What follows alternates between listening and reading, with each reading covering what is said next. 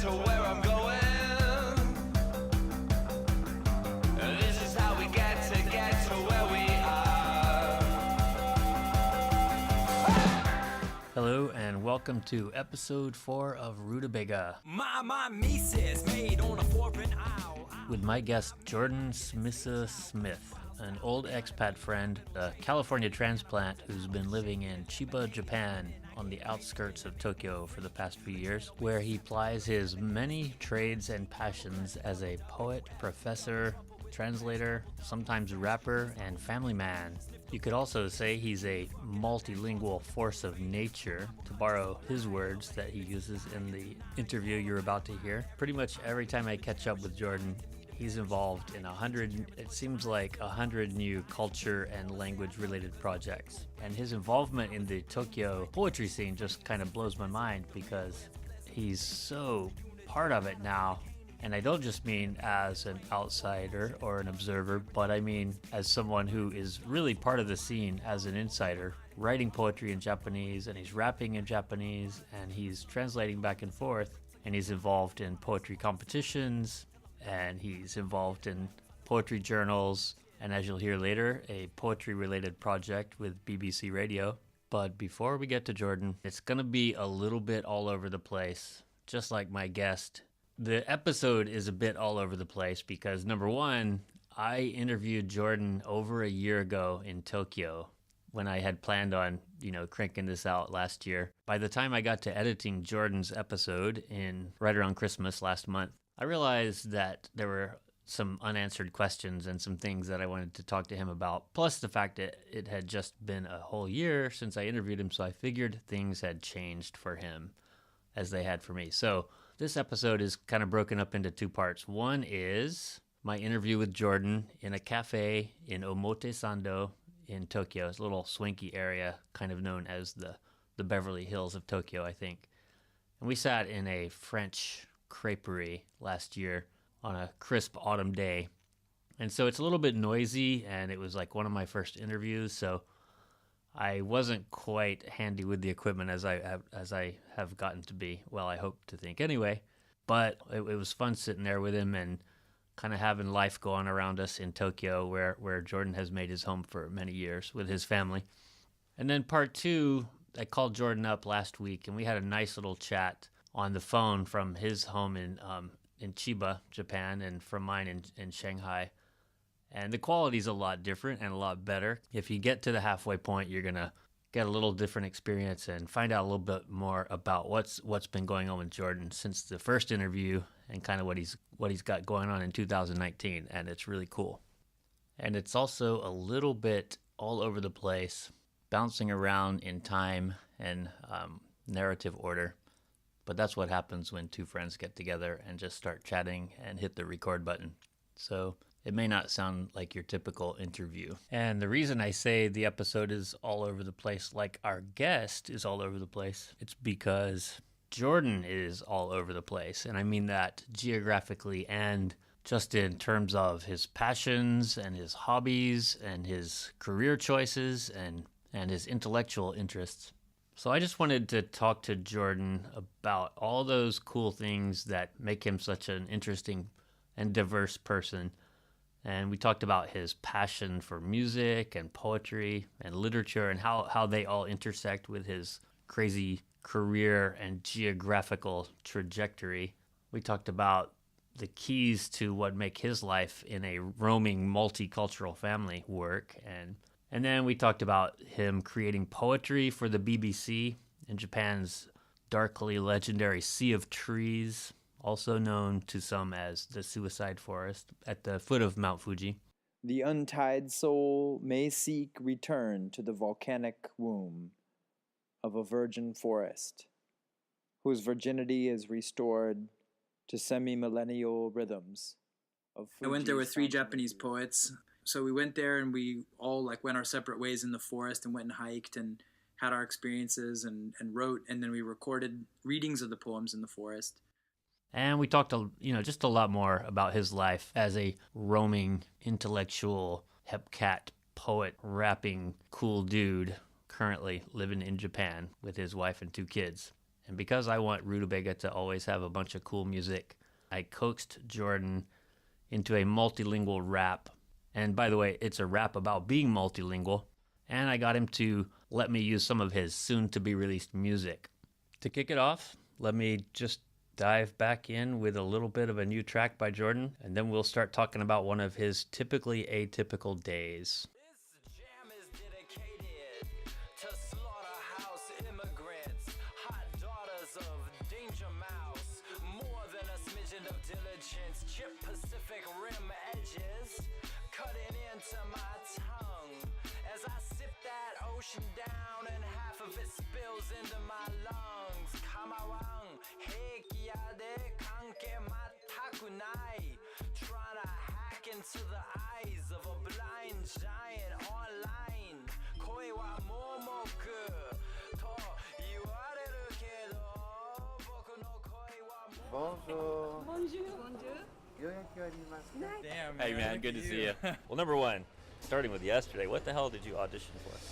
So yesterday was an atypical Saturday morning where I ended up auditioning for an ASICS commercial. They do this thing with three poets who do this kind of spoken word style poem that's supposed to motivate like a bunch of athletes, you know, to do their best. And so they were auditioning for the athletes and then they were auditioning for the poets. So I had to go in there and read a poem that was kind of motivational, and They gave it to you. they gave me the poem. Did you have it in advance? To I kind of had it practice? like Okay. 2 days in advance, Was so it I any got to good? read through it.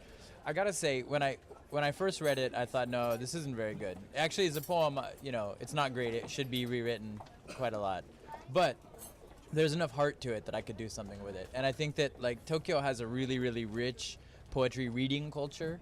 You know, they don't just talk about like poetry nights. They have like a separate word, rodoku, which, you know, means basically reading out loud. And to them, it's a very different art. You know, writing poetry and reading poetry are two very different things.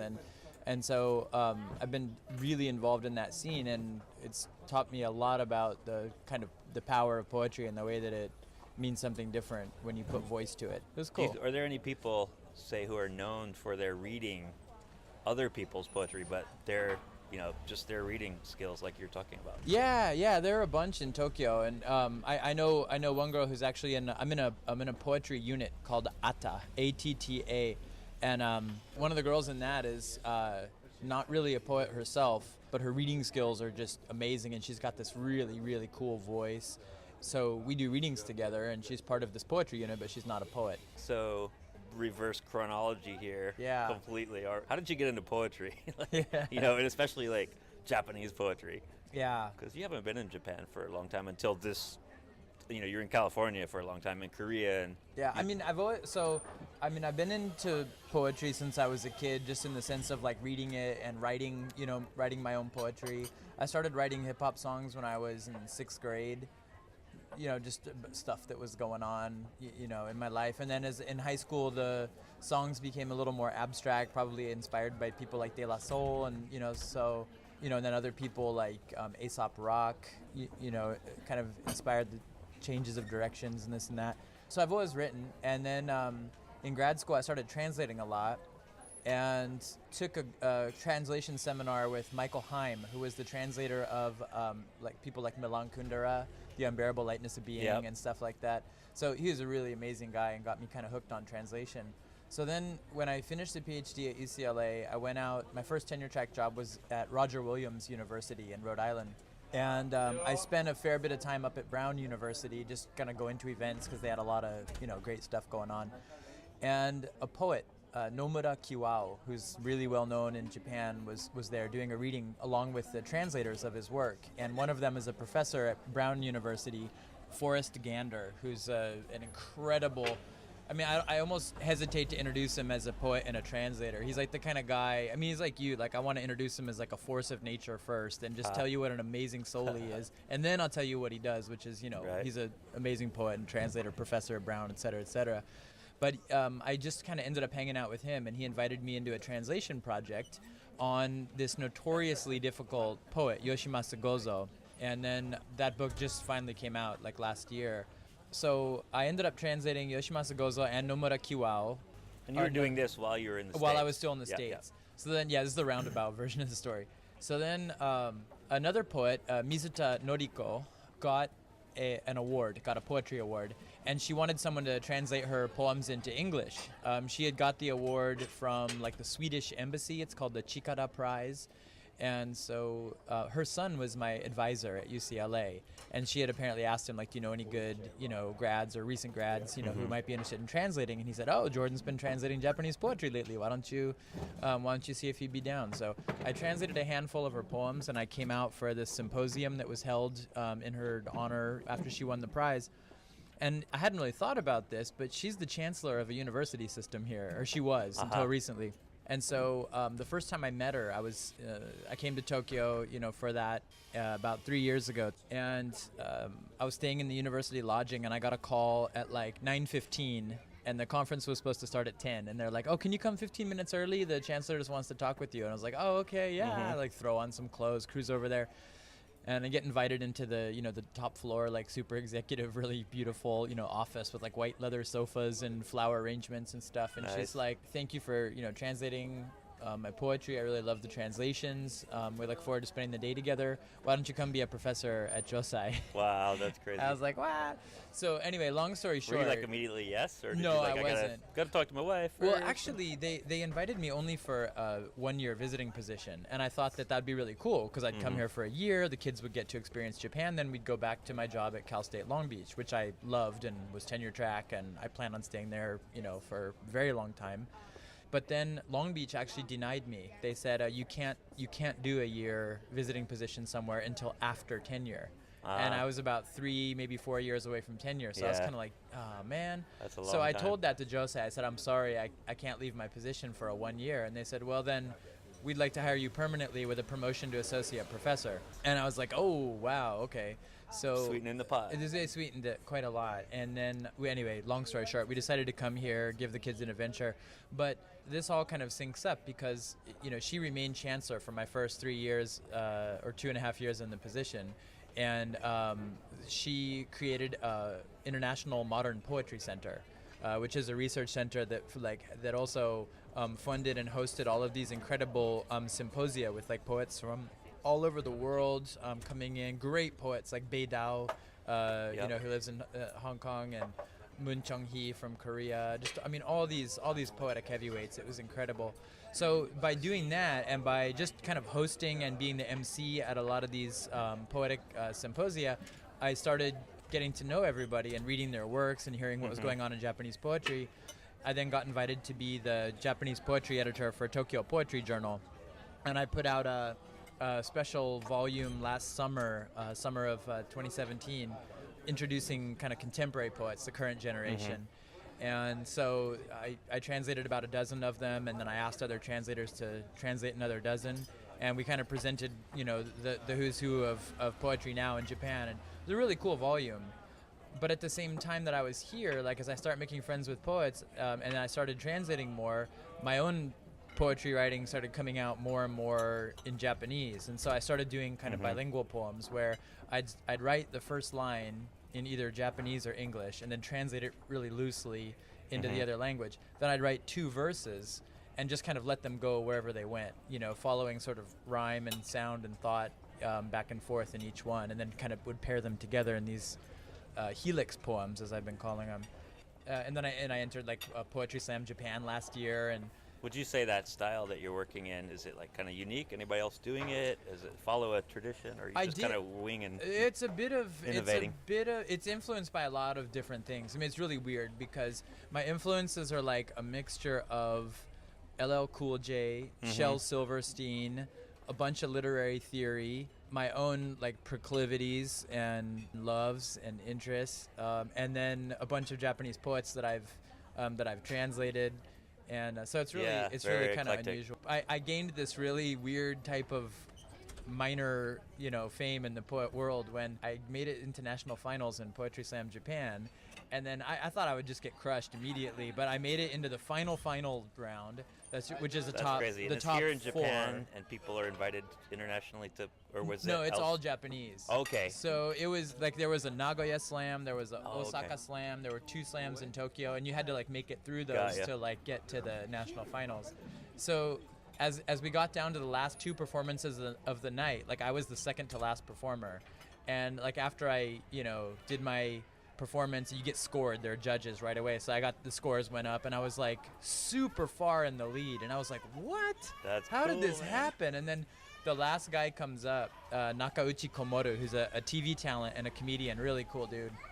And we're friends now, but like he needed like to get by far the highest score of the whole contest, like to catch up with me. And I was like, whoa, this is crazy. I might be going to Paris for the World Cup, you know, because they send the winner. And he needed like a 27.9 to beat me, and he got exactly a 27.9 and beat me by 0.1. That's so hilarious. It was super funny. That's sweet though. That's something to be proud of. It was, and what I was even prouder of is that like I got to co-translate his poems for Paris, and it was really cool to like get to know him. So you still like got to participate in that. That's right. And I still, we still keep in touch, and when he comes to Tokyo, we go to events together. And so yeah, there's just been like all these different connections that like really pulled me in. Yeah. And the poetry community here, there's this other side story that I should tell you, and that is the crushing loneliness that is moving to Tokyo from Los Angeles. I mean, yeah, and I think I'm not alone in experiencing it, and it's not just because I moved from Los Angeles, but LA is all about like sunshine and hugs, like I don't even greet friends with handshakes in LA. It's just like straight to hug, what's up? And so you're just constantly surrounded by that friendliness, that happiness, And then you come to Tokyo and everyone's like smushed against each other in a train, but they're all pretending that the other people around them don't exist. Yeah. And it's incredibly lonely in Did some you mention ways. this the other night? Because the theme of loneliness or isolation in Tokyo came up. I wouldn't be surprised. It was either you, but it might have been my buddy Craig I was hanging out with. I think it was him, because I don't think we talked about it. Or Valentino. But yeah, they were saying basically the same thing. Lonely. If you're a single person here, I mean, you have a family, so I don't know how that affects the loneliness factor, but they're gone. My kids are doing homework, whenever they're awake, and my wife is like, dealing with permission slips and packing lunch and making sure that their school lunchbox napkins are ironed and folded correctly and stuff. I hear you. Yeah. Well, and when I first got here and was adjusting to that loneliness, I read this incredible anthology by Saihate Tahi. And the anthology is titled Shinde Shimauke no Bokura ni, which means basically for us dying types. But the word type is kei, which can also mean like in Gingake, which means like talking about like a system, like a solar system or a galaxy or something like that. So it was talking about how this like death becomes a sort of system and like pulls you in. And her poems were so fucking lonely and misanthropist in a lot of ways. And I read her poems and I just got them. Like about you get to this point where you don't like care about other people and you don't want to sort of deal with them or feel anything, and but narrated in such brilliant ways. It was the first time in my life I ever just like sat down and translated a book without ever like contacting the author or seeing if it would get published. I just thought, I'm just going to do this because it's so amazing. I read the book like 10 times. But so poetry to me was the antidote, the absolute antidote to that crushing loneliness, because the poetry world in many ways, it's like stepping into LA. Like I walk into a venue, I walk into the Ruby Room in Shibuya or into Bar Gari Gari in Ike no Ue or something like that, and it's just incredible. I mean, once again, there you are. It's the hugs, it's the smiles, it's the "What's up, my brother?" Yeah. And people they're not having the kind of conversations that you're supposed to have. You know what I mean? They're not saying the things that you're supposed to say. There's so many set phrases in Japanese, and there's a way to do everything. And you go there, and all of a sudden, it's like they just blow the top off, and they're talking about real shit, and they're being themselves. On the other hand, I would say, that's the kind of person you are. You make it easy for people to connect with you, and it's your intellect and your spirit. That's kind. That's true, man. I have seen you in various countries, and people are attracted to you, as physically. It's not what I mean, but of course physically too. I know, but yeah, that's right, baby. But you know what I mean, like you've got a spirit that people like when they see you, and I can see you walk. You can walk into any event probably in Tokyo, and people are gonna like be drawn to you. They're just gonna you have an aura. So I think that helps. So let's say if I was a lonely guy in Japan and I delved into poetry, if I went to those same events, I would still probably be over in the corner, like, how can I fit in and meet these people? And they would just kind of be like, what's that creepy guy doing over there? You know? Dude, I'm serious. Like, it's partly your charm and personality and aura and all that. I thank you. It's very kind of you, and definitely it's been my mission to like try to also bridge the communities, like the English poet community and the Japanese poet community, Yep. and kind of get everyone knowing each other, because they were sort of two different worlds, and that's been coming together more. And it's exciting. Yeah. I totally disagree with your assessment of yourself, though. I can get in a hypothetical scenario how like some random dude might do that, but you're always the same. People always come. I'm a bit of a wallflower unless I'm with some friends or something, but you know. People gravitate to you too. But not strangers so much. Like I've been in probably 20 different bars by myself since I got to Tokyo this week. Just I'll pop in a random place and have a beer. And I mean, like, except for some college students who want to practice English, I have to make an effort, you know, to meet girls or interesting anybody, girls or guys or whatever. It's like, you know, I'll just stand there in the corner for an hour and like, okay, this sucks, I'm gonna leave. You know, I don't. It's a challenge for me to interact with strangers. I admire that. I have that too, but instead of me sitting there for an hour in the corner, I'll just get the fuck out. Yeah, well, like I can't even stand. Well, that's if my beer lasts an hour. But yeah, I'll get out as soon as that beer's gone, probably.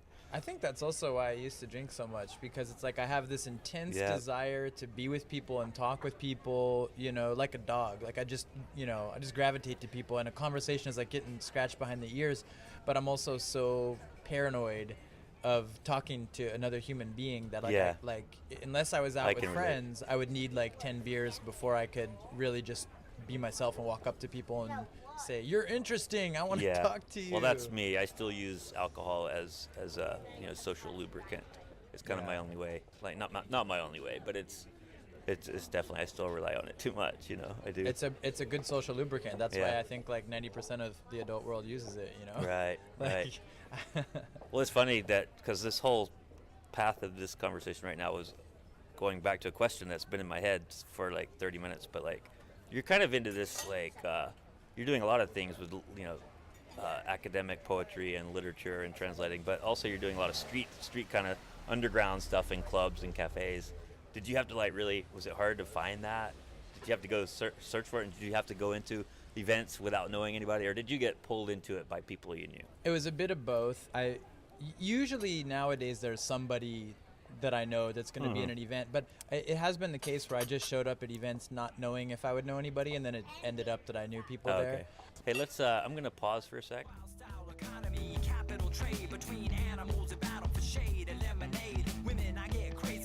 So we met in Korea. I went there. I moved to Seoul in 2000, so it was probably not long after that. Do you remember how we met? Yeah. Good, because I don't. I remember. I really don't. It was epic, man. It was epic. It was at this orgy. No. Okay, so I went to Korea for the first time summer of '99 for a 6-week English teaching thing at a university in Sokcho. I met up with you and Simon and all the other former English teachers from this camp, and you guys were pretty much my boot camp of how to survive in Korea and how to have a good time. And I really gravitated toward you guys because you were living out loud. You were doing all kinds of cool stuff. I mean, you were partying, and that was a big part of my life. You know, we went out to tons of bars and clubs, and that Fuji, was Fuji. Fuji, where I met my wife. But going out with you guys was always an adventure, but that wasn't all we did either. And I love that you guys always had other stuff going on. And so, you know, like going out rafting or kayaking or climbing a mountain and some just random adventures, you know, ending up at like Mogyoktang in the middle of nowhere, putting mud on ourselves and I remember that. Sitting out in the rain and drinking makgeolli in the middle of a farm the field. Herb farm. Yeah. You and I went. It was a blast. Yeah, one of my fondest memories too. And but I think you guys also helped me figure out my attitude and who I want to be, because one thing that I noticed, you know, in moving to Asia for the first time is that like it's really easy to lose who you are and to lose your values and to kind of go off the rails and to really feel like you're in a wonderland, because it really doesn't feel real. And that's not due to some, you know, attitude or politics that I was aware of. It's just there's something happens to you when you're thrown into a world when you don't understand anything. And you need some kind of foundation. And you guys helped me. And a couple times I was going off the rails, and you guys kind of held the rail up a little bit and were like, dude, stay the course here. And that also helped me out too. I don't remember consciously, doing anything that would have, affected your life or other than just kind of hanging out. But I don't know, maybe, but my memory sucks too. Well, there are a number of times. In general, it was mostly just having a great time, and you guys setting an example by being who you are, which is rad. But in a lot of ways, you guys were a very stable base for me, while also just having a lot of fun and being inappropriate. Like in you said, ways. It is like what was the term you used? But it's like not real. It's like fantasy when you're, and for me the whole 15 years maybe I was in Korea, it was kind of like, even to the very end, it was still a little bit, you're just in this, life is easy, you're making good money, you don't have to really play by that society's rules, because you're just kind of as a foreigner living abroad, you're just in the fringes, so it's not like reality, Totally. It is and it isn't. Like, you're still working hard and you're making money and you're paying bills and all that, but I don't know how to explain it, but it's like every day I woke up, even in my last time in Korea, I was like, oh, I'm just gonna go out, anything could happen today, Yep. Yeah. I do. It's funny because I remember, you probably don't remember this quote, but I just laughed my ass off because we could joke about being inappropriate more than like actually doing some of the stuff that we joked about. But I was like, we were in Shincheon and we were trying to catch a cab over to Hongdae, and it was like 11 at night on a Friday or Saturday or something like that. And there's a million people waiting for cabs, and there's no cabs. They're all full, and they're just like driving right by us. We were out there for like half an hour, and I was like, God, this is the fucking quintessential soul moment. And then and was like what? And I said, oh, you're like just standing here waiting for a cab, trying to get from Shincheon to Hongdae with like 1,000 people. And you're like, oh man, I thought you were gonna say. Wait, I said that? You said that. I don't remember that. But you were completely joking. You didn't. That was not. None of us did that. But it was just like that, like dark sense of humor. I thought you were actually gonna say kicking the taxi for not stopping or something. Anyway, 2 moments to edit out of your exactly. interview. I don't know. I might have to leave mine in. Sorry. Yeah. Damn. You want me to re-say it so you can blame it on me? No. Yeah. I'll just bleep out his name. Yeah, right? Oh, man. So those were great times. When you left there, so you met Kazuko, you had a girlfriend that you met in Korea, Japanese girlfriend. Yeah. Did you know you were getting married to her when you left Korea, or were you guys already planning? I can't remember that. We met December 1st at Hodgepodge, and I went up to her, and I've never seen a more beautiful woman in my life, and there was just something special about her, and I walked up and I said, you're beautiful, I love you. She wouldn't talk to me at all, and like her friends would like sat in between us, but I kept trying to talk to her for like 3 hours, which is not me also. Like if someone's like go away, I go away, but I was just totally hung up on her. And I came to my office at Korea University on Monday, and there was a note on my door, and it was from Kazuko. And I was like, oh shit, I was inappropriate. I would study Korean with the Japanese students. And then her friends also had a going away party at the same nightclub, and we had mutual friends, through the Japanese community in my Korean class. So it was love at first sight. For sure. We basically after like a week of dating, we were totally inseparable, and within 1 month we had committed to moving to Japan together. And I had this great plan. Like I was going to finish my Kode contract and get my 1-year bonus and go to China and buy a motorcycle and drive the motorcycle to Europe and then go back to the States for grad school. And I probably would have just died somewhere, like drunk and broken in pieces in the Himalayas or something. But anyway, better plan came up, and that was move to Tokyo with Kazuko. She had a job as a editor for a fashion collections magazine. She started traveling the world to Italy and France and doing covering the fashion shows.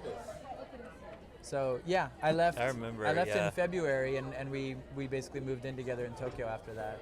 I remember 2 things. One, being jealous and envious when you started dating her, because I do remember She's a good girl. How attractive she was, and very cool, and smart, and just sweet. Everything was great about her. I got lucky. Yeah. And Well, when I woke up this morning, I got to hold her in my arms and make pancakes, for us and our 2 kids, and our French exchange student who's staying with us. That's and awesome. It's we've awesome. had 7 moves together, you know, and several of those moves have been like 5,000-mile moves, you know. That's crazy. So, you know, we've survived thick and thin, and we still get along pretty damn well considering, you know, all we have on our plate. Well, you obviously both like that adventure. I mean, you both have similar spirit to be able to do that and not complain about it. Just like, yeah, we're going to go 5,000 miles and we're going to start a new life and just make the most of it, have fun in with 2 it. weeks or something like that. It's always like, all of our moves are always these like last minute things. It's never planned out and smooth. What was I going to say? Oh, yeah. So when did you know you were going to get your PhD? Was that something kind of always planned, or did you decide that in Korea or in Japan? I decided it in Korea. I had a kind of debate between getting like a PhD and a MFA or something like that. I'd thought about doing that in screenwriting or some other kind of writing. I actually, when I was in Korea, I sent out an application to UCLA, but right after I sent out the application, literally 2 days after I sent out the application, I met Kazuko. And so I told Kazuko when I met her and we got serious, just weeks later, I said, look, I haven't got a reply from UCLA yet, but I want to tell you that regardless of what they say, whether I get in or not, I'll go with you to Tokyo, and you can work for a year, and I'll ask UCLA to postpone a year, and we'll see what happens. And UCLA was really kind about it. They said, well, we don't officially allow you to postpone or defer, but we really like your application, and if you reapply next year, we'll remember you. Very cool. And you know, don't worry about it. And then, so I spent a year in Tokyo and then reapplied to UCLA. And interestingly, they said, well, now you have Japanese, you know, language. Your Japanese language skills are up. You're an even better candidate. We're going to offer you a full funding package and pay tuition plus a salary for you to come to UCLA. And you weren't going to get that the first time around. I don't think so. They didn't say anything about it in my first application letter. And then the second year when I was in Tokyo and got the acceptance letter, they personally called me on the phone and like told me that they'd given me the full funding package. It was amazing. That's cool, man. So it felt like one of those signs from the universe that I'd done the right thing, you know, in not rushing into grad school and instead following love. Yeah. And I told him, I was straight up. I told the professor, Catherine King, the chair of comparative literature at the time at UCLA, I said, I know this sounds really corny, but I met a woman and I'm in love with her and I'm sure that we're going to get married and I need to spend this year with her in Tokyo so she can work before we go to LA. And she didn't even blink. She's like, yep, 100%, awesome. no That's problem. sweet. By the time I arrived at UCLA, Kazuko was pregnant with Rio. That's awesome. So when my first day of classes, she was 7 months pregnant, and Rio was born in November, right after we got settled in LA. Yeah. Hey, in a nutshell, give me a rundown on South America, you know, what you're doing there, and then maybe how that led into Japan. So between Seoul and Tokyo, I moved I didn't move. I visited for about 5 weeks in Guatemala and did a homestay and studied a bunch, and then studied a lot of Spanish in graduate school. And half of the dissertation was on Octavio Paz, Mexican poet. So I did, you know, a little bit of work in Mexico, very, very small trips and one conference and stuff.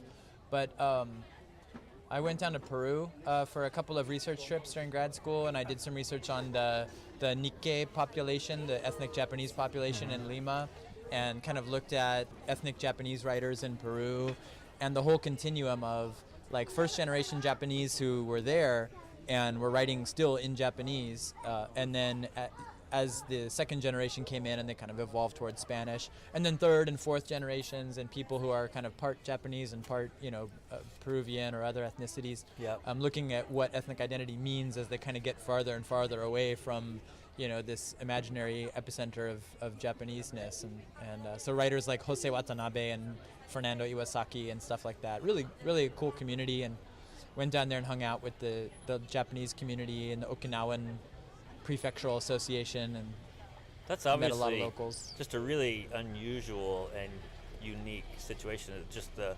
Japan-Peru little microcosm there of those two cultures, and isn't that? I mean, are there many examples of that globally? I mean, there probably are some, but there's not. I mean, you know, definitely the Japanese diaspora. The biggest center of that is Brazil. The second is Peru, and the third is the United States, from my understanding. Do you think you'll ever get involved back down there again and research or anything, translation?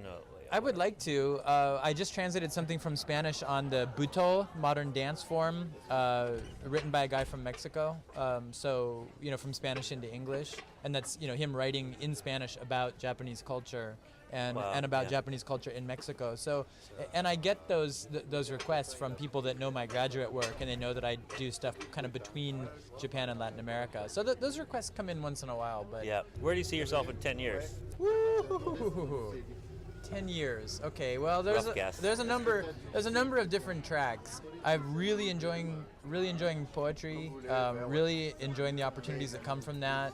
And I feel like there's much more. I feel like I'm just coming into my own, and now when I go places, people are like, "Oh, you're Jordan Smith. I've heard about you." And not that I'm like, famous or something ridiculous like that, but it just means that within my industry, people are finally starting to know who I am. And that's, at 41, that's not exactly a major accomplishment. At 41, you should, I think, it's pretty normal to be known in your field.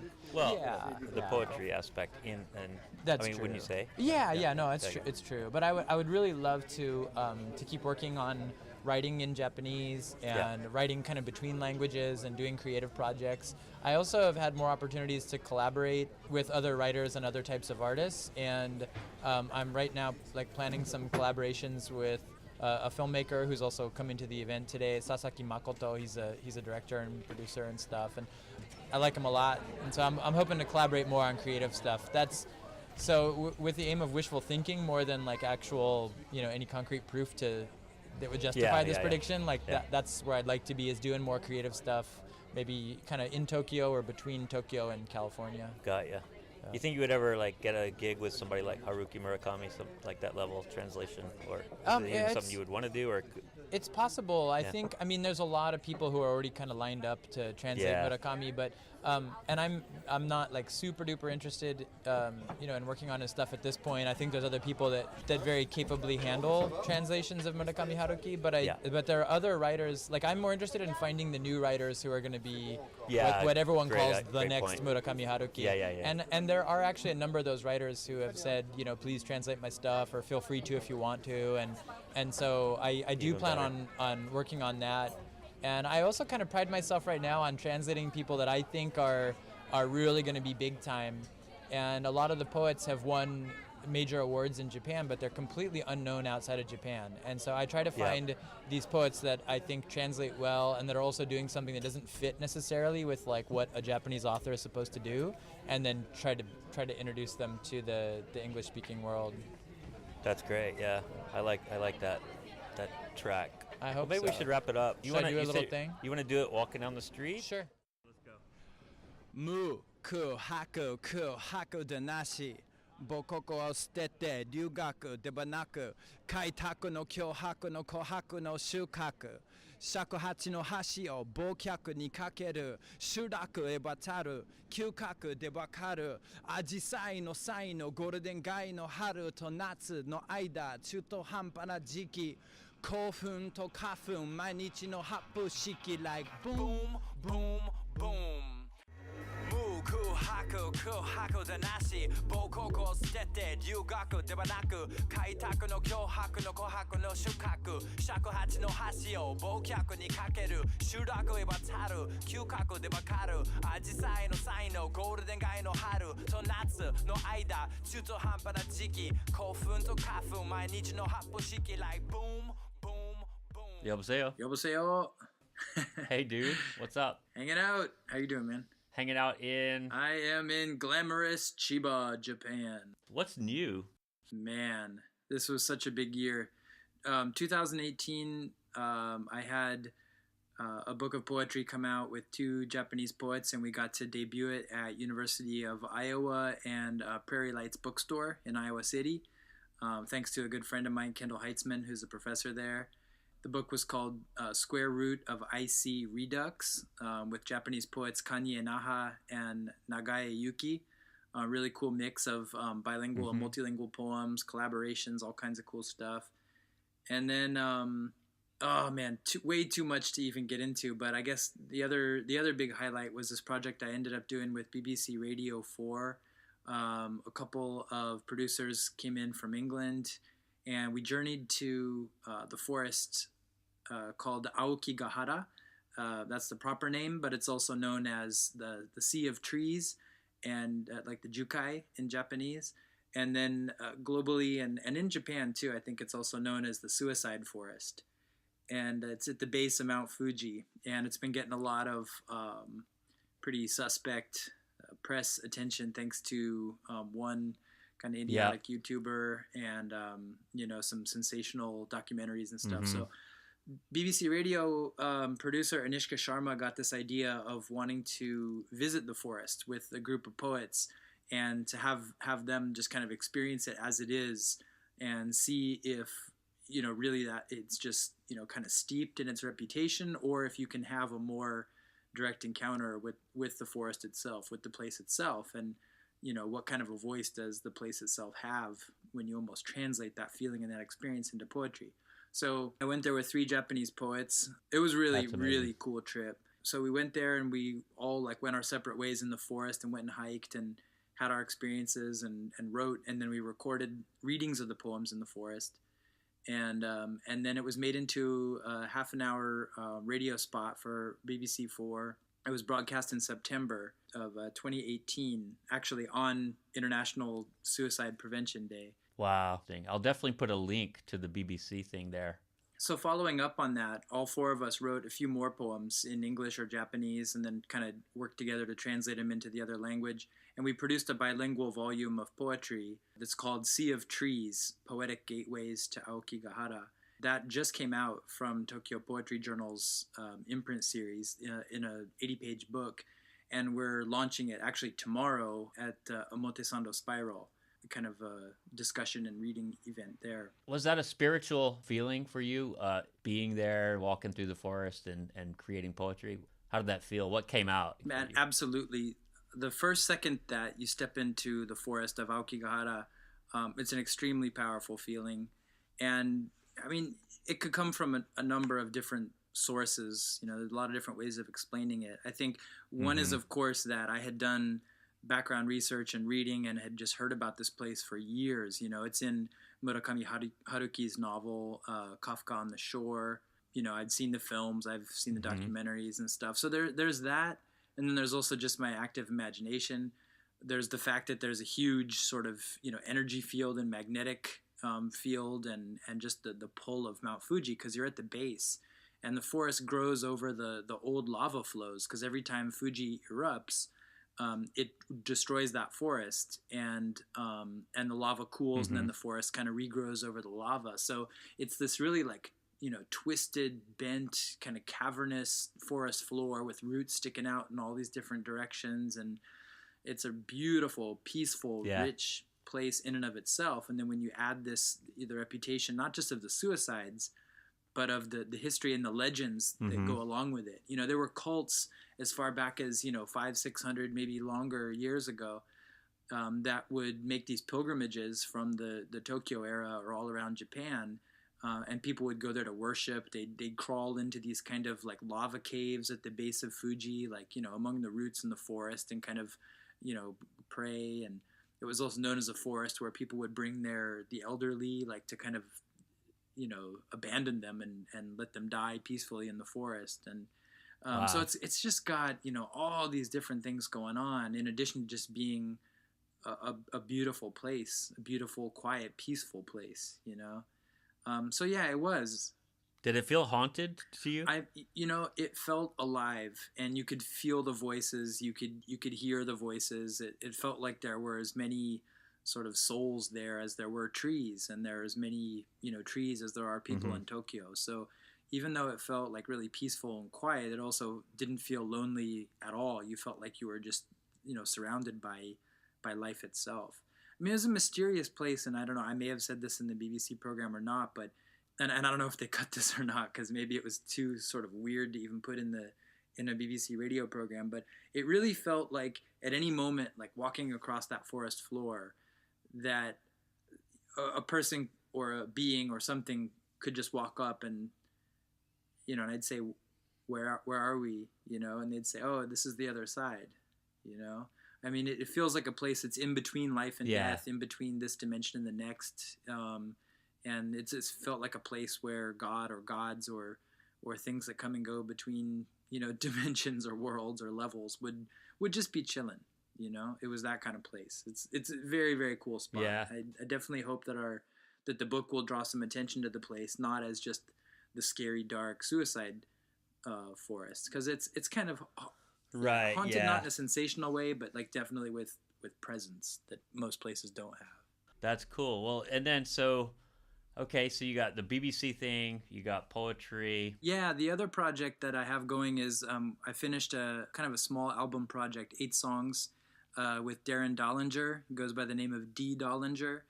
He's done a couple of really, really cool instrumental albums that have come out in the last couple of years and got some attention. And he's out here in Saitama, and I've known him since California days, so we go way back and make a lot of stuff together. But I'm producing right now in Japanese they call it a shigashu. It's like a book that combines poetry and art. And a lot of the songs were inspired by encounters with contemporary Japanese art. And so I've been working with the Mizuma Art Gallery here in Tokyo. So it's going to be a blend of the poems and the art in a book form, and then that will be linked to the music that'll be released somehow online, either I'm not sure, Spotify or iTunes or SoundCloud or something like that. Yeah. The 2 songs that I sent you are both from that album project, and the one is called Naked Angels Didn't Descend. 3 naked angels presented one hell of a spectacle. The hottest apocalypse, sexy yet respectable, extraterrestrial, texting, voice messaging, choices, a news flash, freshest when a specimen, breast growing with So like, in a nutshell, what are some themes that you're rapping about? And you're rapping in English and in Japanese, and you're kind of back and forth, but kind of like, I have no idea what Jordan's talking about here. So like, what are you rapping about? Yeah, it's definitely some self-indulgent abstract lyrics there for sure. Some of them are, I think, more accessible than others. The ones that are probably the most accessible are ones that tell stories. And among those is probably Revolution of the Wolves. And it's a story of a kid who is abandoned in the woods. Maybe there's some kind of Aokigahara destination in there, but he's found by wolves, raised by wolves, ends up like sort of wanting to rejoin human civilization. It doesn't go well. He's arrested. There ends up being a clash, but between the wolves and the humans, and the mother wolf is killed, and he ends up going to rejoin the wolves, and then they sort of plan this all-out attack on human civilization, and then when they arrive, human civilization has already self-destructed, and there's no need for any kind of revolution or attack, So there's, environmental themes are big, a lot of magical realism. The song Naked Angels Didn't Descend is about 3 naked angels who come crashing down in the fashion district of Los Angeles. But it's pretty much the angels come crashing down in the fashion district, destroy the city just through their impact, like a massive meteor strike or something.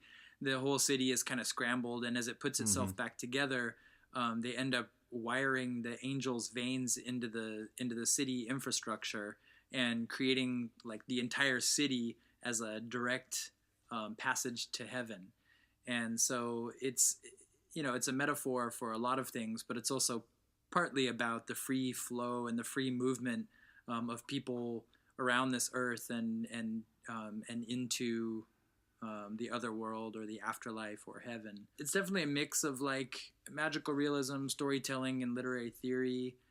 Some of the other songs, like the one that I did on the street, was called Muku Haku, and that one is really about getting close to Japan, about being in between cultures, about being in between languages, about what that's like to exist as kind of half in both places or equally 100% in both places, and what that means to be comfortable and uncomfortable to different degrees in these different modes. And for me, the English world and the Japanese world, not just for me, for a lot of people, but worlds based on language are not separated based on geography. They overlap a lot. So even as I move around Tokyo from one cafe to the next, or from one art gallery to the next, it's going to be an English-speaking world or a Japanese-speaking world, or it's going to be a blend of those two. So it can even be turning from one person to the next or whatever, and learning everyone's different comfort levels with different languages, knowing which language you should speak at what speed and at what sort of degree of nativeness is this constant balancing act that I just kind of decided that I really wanted to be at home doing, and I wasn't going to be conflicted about it or whatever. And so Muku Haku is for me that kind of anthem where I think probably very few people will listen to that and understand both the English and the Japanese and feel comfortable with all of it or kind of get all of it. But it's my own personal anthem in the sense that like I feel like I'm the perfect listener or the perfect reader of that song. So it is kind of self-indulgent, but it's a process of me just trying to figure out where I'm at and who I've become, because I'm definitely in different surroundings than what I grew up in.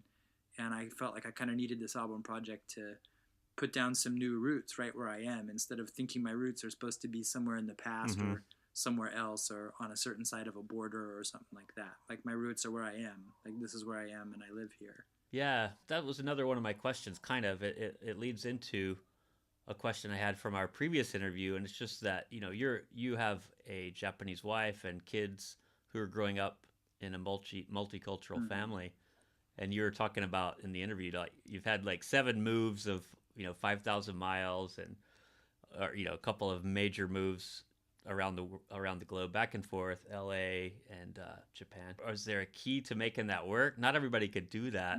How does your family, you and Kazuko and your kids, how do you make that work? Like that's, I think that's a great question, and I think there are some keys to making it work. I mean, I think different people do that, and obviously the experience is very different depending on your economic level, right? I mean, there's people that do that for fun all the time, and there's people who are wealthy and have houses, in 10 different countries and just kind of move around as they like, and that's no big deal to them. And then there are people who are traveling the world as refugees, going from country to country, hoping to find asylum or something, and they've got a much harder time of it. And we're somewhere in the middle. We've typically, when we've moved with just barely enough or not quite enough money to get ourselves to where we were going, kind of sort of get set up with a little help from friends and neighbors, and I think rest contentedly with what we had. We never arrived somewhere like, oh, we have to have this or we have to have that furniture or immediately we have to be set up. It was like, okay, we're going to be cooking out of one pot for a while, or we're going to be enjoying several meals based on the zucchini that the neighbors gave us from their garden, or you know what I mean? Like just living kind of simply and then slowly kind of building up the comforts. And so, like since we came to Japan, like as my career progressed a bit and I came here as as associate professor, it's not a super high paying job, but at least it's like a stable, decent kind of middle class income. So when we came here, we slowly got set up with a kind of middle class, suburban Japan lifestyle. We have a heater. We used to not have a heater in our cold ass house. Cold for us, with our Los Angeles blood. But the house got a little bit warmer. The house got a little more comfortable. We got a small, cheap car that, now we can take little road trips in, stuff like that. But our family's always kept it kind of simple. And the main thing that we spend money on is like groceries, to like be able to cook nice meals together, and then on traveling. And that's pretty much all we really spend anything on. So I think that the key is like simplicity. And I think that like for us, that simplicity has also kept us together. I think if we always had, like luxury and could all just like get whatever we wanted all the time, it might reflect on our attitudes. But I think we all know, like, we spend a lot of time together, and we get along and we compromise as much as possible. And I think that's actually probably better than doing it luxury class, at least for me. Another thing too is that like you didn't have to do it that way. You've been employable. You could have stayed in either of those cities that whole time and found gainful employment. What attracted you to wanting to do that? Oh man, make those big moves and bouncing back and forth between cultures with your whole family? A couple of things, or a few things maybe. I mean, insanity has got to be a big one. Wanderlust is another one. Yeah, you got a good dose of both of those. And then maybe delusions of grandeur. I mean, it's like we wanted our kids to have a diverse experience. We wanted them to see different parts of the world, and we wanted to experience that with them. Our first big move to Rhode Island was the first tenure track job. So you say yes. you know, and Rhode Island was also a cool place, and it was a neat university, and we really enjoyed it.